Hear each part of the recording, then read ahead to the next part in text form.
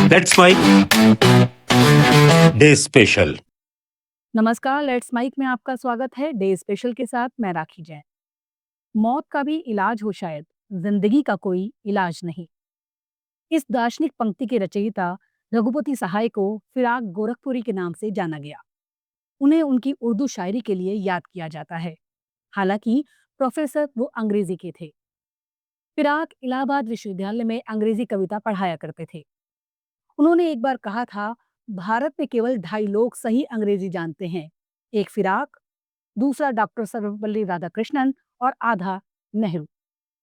आज के day special में हम बात करेंगे फिराक गोरखपुरी यानी रघुपति सहाय की, जो केवल उर्दू शायरी के महान शिल्पी ही नहीं, बल्कि स्वतंत्रता आंदोलन के जुझारू सेनानी, साहित्य के क्रांतिकारी विचारक और भारत की साझा सांस्कृतिक चेतना के अग्रदूत भी थे। फिराक गोरखपुरी का जन्म 28 अगस्त 1896 को उत्तर प्रदेश के गोरखपुर शहर में कायस्थ परिवार में हुआ।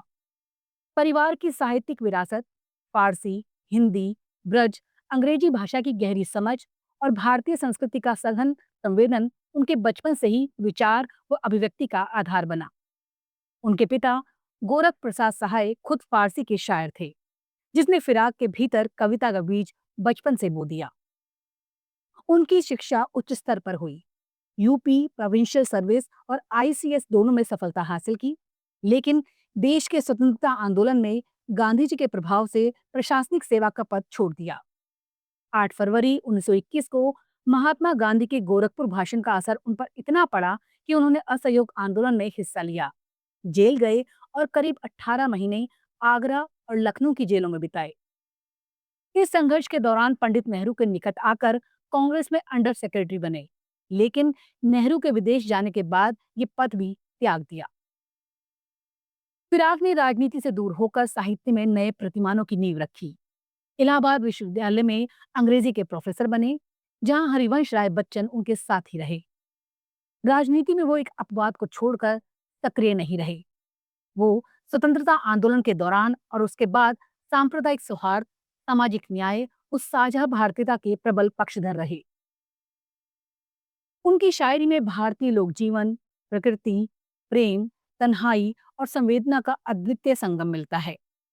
उदासियों, रूमानी कैफियत और कठोर यथार्थ के बीच उनका काव्य जगत एक गहरी भारतीय परंपरा से जुड़ा है। वो खुद कहते हैं, बहुत पहले से उन कदमों की आहट जान लेते हैं, तुझे यह जिंदगी हम दूर से पहचान लेते हैं। उनका साहित्य महज भावुकता नहीं, समाज की आंखें खोलने का औजार भी बना। उनकी गजलें और रुबाइयां उर्दू कविता का नया मुकाम रचती हैं। एक शेर उनकी शायरी की गहराई को और ठोस बनाता है। एक मुद्दत से तेरी याद भी आई ना हमें, और हम भूल गए हों तुझे, ऐसा भी नहीं। उनकी कविता में जीवन की कठिनाई, अकेलापन और उम्मीद के दायरे हैं।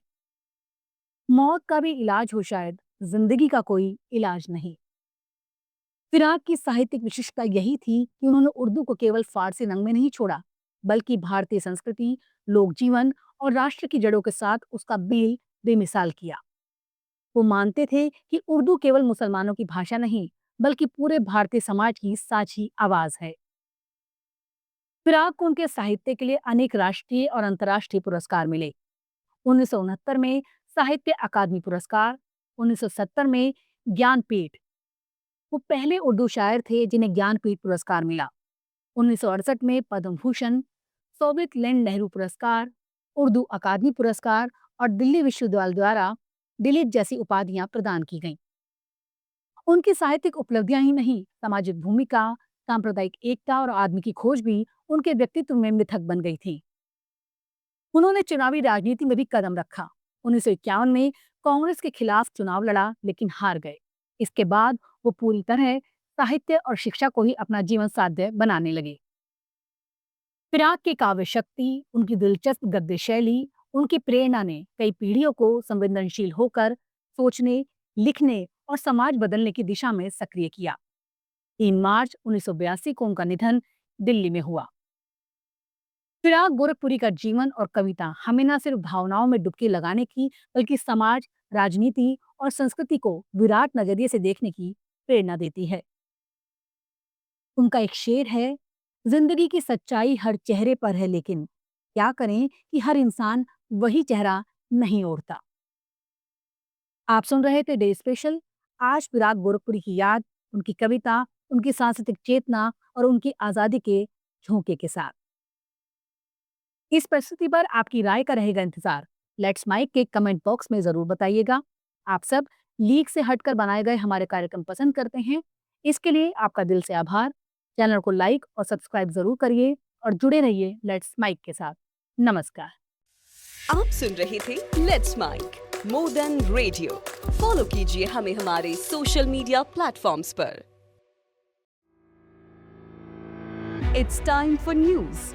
It's time for more than radio. Presenting the first radio news app, Let's Mike. Let's Mike, a news-based app on your phone where you get to watch and listen news